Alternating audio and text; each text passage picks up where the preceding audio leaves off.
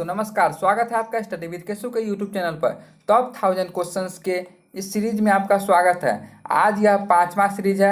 आपने इसके पार्ट 1 से 4 तक को बहुत सराहा, इसे देखते हुए पार्ट 5 लाया गया है। इसमें 50 प्रश्न की चर्चा की गई है जो आपके एग्जाम के लिए बहुत महत्वपूर्ण होगा। चलिए वीडियो को शुरू करते हैं।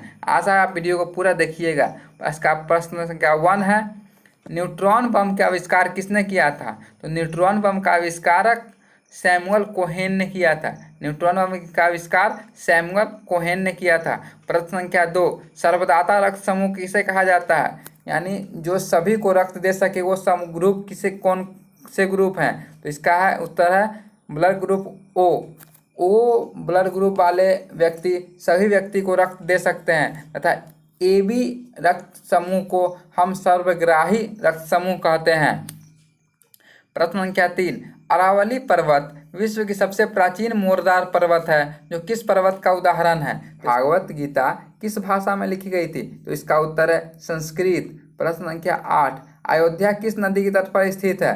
तो अयोध्या सरयू नदी के तट पर स्थित है। प्रश्न संख्या 9, स्वतंत्र भारत के पहले गवर्नर जनरल कौन थे? स्वतंत्र भारत के पहले गवर्नर जनरल लॉर्ड माउंटबेटन थे। स्वतंत्र भारत के पहले गवर्नर जनरल लॉर्ड माउंटबेटन थे। प्रश्न संख्या 10, गौतम बुद्ध ने अपना पहला उपदेश पाली भाषा में कहाँ दिया था? गौतम बुद्ध ने अपना पहला उपदेश सारनाथ में दिया था। प्रश्न संख्या 11, आयकर किसके द्वारा लगाया जाता है? यानी इनकम टैक्स किसके द्वारा लगाया जाता है? इसका उत्तर है केंद्र सरकार द्वारा, यानी सेंट्रल गवर्नमेंट द्वारा आयकर लगाया जाता है। प्रश्न संख्या 12, केरल का राज्य भाषा क्या है? तो केरल की राज्य भाषा मलयालम है। केरल में मलयालम भाषा बोली जाती है। क्या 13, नोबेल पुरस्कार कितने क्षेत्रों में दिए जाते हैं? इसका उत्तर है 6। नोबेल पुरस्कार 6 क्षेत्रों में दिए जाते हैं। ये 6 क्षेत्र कौन कौन है? तो ये 6 क्षेत्र हैं रसायन, भौतिकी, चिकित्सा, साहित्य, अर्थशास्त्र, शांति। प्रश्न संख्या 14, कला की गांधार शैली का विकास किसके शासनकाल में हुआ था? कला की गांधार शैली का विकास कुषाणों के शासनकाल में हुआ था। प्रश्न संख्या 15, सूर्य और पृथ्वी के बीच कौन कौन से ग्रह हैं? तो सूर्य और पृथ्वी के बीच बुध तथा शुक्र ग्रह हैं। सूर्य और पृथ्वी के बीच बुध तथा शुक्र ग्रह हैं। प्रश्न संख्या 16, भागीरथी तथा अलकनंदा कहाँ पर मिलकर गंगा बन जाती है? यानी गंगा नदी का उद्गम भागीरथी तथा अलकनंदा नदी के मिलने से हुआ है। तो भागीरथी और अलकनंदा कहाँ पर मिलकर गंगा बनती है? तो इसका उत्तर है देवप्रयाग में। देवप्रयाग में भागीरथी तथा अलकनंदा मिलकर गंगा बन जाती है। प्रश्न संख्या 17, राष्ट्रपति का अभिभाषण किसके द्वारा तैयार किया जाता है? तो राष्ट्रपति का अभिभाषण केंद्रीय मंत्रिमंडल द्वारा तैयार किया जाता है। प्रश्न संख्या 18, लैटेराइट मृदा में किस तत्व की प्रधानता होती है? तो लैटेराइट मिट्टी में आयरन एवं सिलिका की प्रधानता होती है। प्रश्न संख्या 19, पृथ्वी की त्रिज्या सबसे पहले किसने मापी थी? तो पृथ्वी की त्रिज्या सबसे पहले इरेटोस्थनीज ने मापी थी। प्रश्न संख्या 20, महात्मा गांधी की अनुपस्थिति में भारत छोड़ो आंदोलन का नेतृत्व किसने किया था? महात्मा गांधी की अनुपस्थिति में भारत छोड़ो आंदोलन का नेतृत्व अरुणा आसफ अली ने किया था। प्रश्न संख्या 21, दशमलव पद्धति का विस्तार किस देश में हुआ? दशमलव पद्धति का विस्तार भारत में हुआ। दशमलव पद्धति का विस्तार भारत में हुआ था। प्रश्न संख्या 22, पलासी का युद्ध कब हुआ था?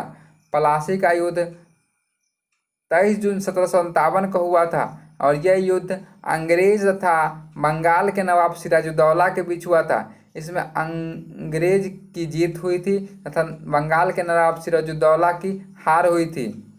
प्रश्न संख्या 23, गारो खासी जयंतिया हिल्स किस राज्य में है? तो गारो खासी जयंतिया हिल्स मेघालय में है। मेघालय में ही गारो खासी तथा जयंतिया जनजाति भी पाई जाती है। इसी के नाम पर यहाँ के पहाड़ी का नाम भी पड़ा हुआ है। मेघालय की राजधानी शिलोंग है। प्रश्न संख्या 24, प्याज में कौन सा तत्व पाया जाता है? तो प्याज में फास्फोरस पाया जाता है। प्रश्न संख्या 25, वर्षा की छोटी छोटी बूंदें किस कारण से गोल होती है? वर्षा की छोटी छोटी बूंदें पृष्ठ तनाव के कारण गोल होती है। प्रश्न संख्या 26, वायु का बुलबुला जल में किस लेंस की भांति काम करता है? तो वायु का बुलबुला जल में अवतल लेंस की भांति काम करता है। प्रश्न संख्या 27, वॉशिंग मशीन किस सिद्धांत पर काम करता है? तो वॉशिंग मशीन अपकेंद्रण के सिद्धांत पर काम करता है। वॉशिंग मशीन अपकेंद्रण के सिद्धांत पर काम करता है। प्रश्न संख्या 28, एक्स किरणों की खोज किसने की थी? तो एक्स किरणों की खोज रोएंटजेन ने की थी। एक्स किरणों की खोज, एक्सरे की खोज रोएंटजेन ने की थी। प्रश्न संख्या 29, भूकंप को किस यंत्र द्वारा मापा जाता है? तो भूकंप को सिस्मोग्राफ द्वारा मापा जाता है। तथा किस स्केल पर मापा जाता है ये पूछेगा, तो इसका उत्तर है रिएक्टर स्केल। भूकंप को रिएक्टर स्केल पर मापा जाता है। प्रश्न संख्या 30, उत्तरी ध्रुव पर पहुंचने वाला प्रथम व्यक्ति कौन था? तो इसका उत्तर है उत्तरी ध्रुव पर पहुंचने वाला प्रथम व्यक्ति रॉबर्ट पियरी था। उत्तरी ध्रुव पर पहुंचने वाला प्रथम व्यक्ति रॉबर्ट पियरी था। प्रश्न संख्या 30, रेडियो सक्रियता के आविष्कारक कौन थे? तो रेडियो सक्रियता के आविष्कारक हेनरी बैकुरल थे। रेडियो सक्रियता के आविष्कारक हेनरी बैकुरल थे। प्रश्न संख्या 32, रमन प्रभाव के आविष्कारक कौन थे? तो इसका उत्तर है सीवी रमन। रमन प्रभाव के आविष्कारक सीवी रमन थे। प्रश्न संख्या 33, मध्य रात्रि का सूर्य वाला देश किसे कहा जाता है? मध्य रात्रि के सूर्य वाला देश नॉर्वे को कहा जाता है। प्रश्न संख्या 34, स्वतंत्र भारत का प्रथम एवं अंतिम भारतीय गवर्नर जनरल कौन थे? स्वतंत्र भारत के प्रथम एवं अंतिम भारतीय गवर्नर जनरल सी राजगोपालाचारी थे। प्रश्न संख्या 35, भारत में लोकसभा की अधिकतम सीटें कितनी हैं? भारत में लोकसभा के अधिकतम सीटें 552 हैं। प्रश्न संख्या 36, वेग में परिवर्तन की दर कहलाता है? तो वेग में परिवर्तन की दर त्वरण कहलाता है। वेग में परिवर्तन की दर त्वरण कहलाता है। प्रश्न संख्या 37, भारतीय राष्ट्रीय कांग्रेस के संस्थापक कौन थे? तो भारतीय राष्ट्रीय कांग्रेस के संस्थापक A.O. ह्यूम थे।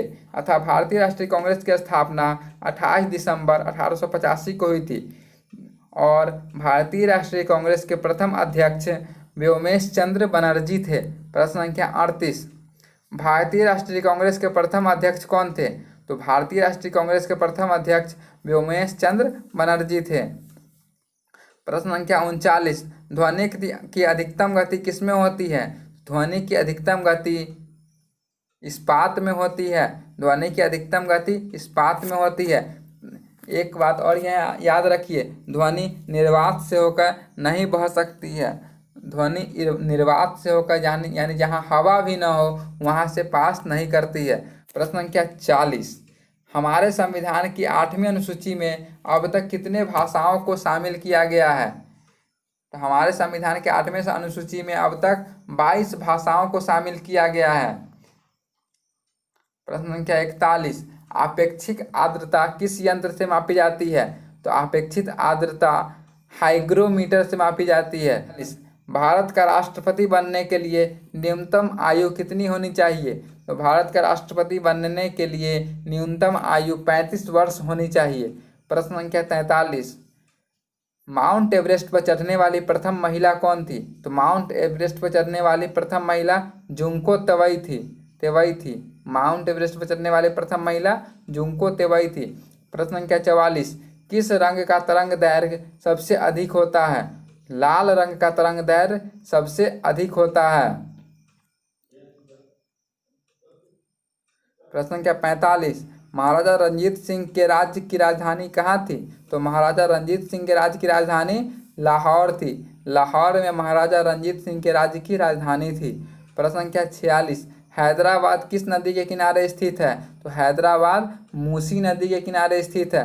हैदराबाद मूसी नदी के किनारे स्थित है। प्रश्न संख्या 47, संसार का सबसे बड़ा द्वीप समूह का नाम क्या है? संसार का सबसे बड़ा द्वीप समूह इंडोनेशिया है। इंडोनेशिया बहुत सारे द्वीपों से मिलकर बना हुआ है। प्रश्न संख्या 48, पुष्कर मेला कहाँ लगता है? इसका उत्तर है पुष्कर मेला अजमेर राजस्थान में लगता है। पुष्कर मेला अजमेर राजस्थान में लगता है। प्रश्न संख्या 49, किस ताप पर सेंटीग्रेड और फ़ारेनहाइट तापमान समान होता है? किस ताप पर सेंटीग्रेड और फ़ारेनहाइट तापमान समान होता है? तो इसका उत्तर देखते हैं। इसका उत्तर है -40 डिग्री सेंटीग्रेड। -40 डिग्री सेंटीग्रेड पर सेल्सियस और फ़ारेनहाइट समान होता है। प्रश्न संख्या 50, राज तरंगिणी के लेखक कौन थे? तो राज तरंगिणी के लेखक कल्हण थे। राज तरंगिणी में कश्मीर के इतिहास का वर्णन है। राज तरंगिणी के लेखक कल्हण थे। तो दोस्तों, कैसा लगा आपको यह वीडियो?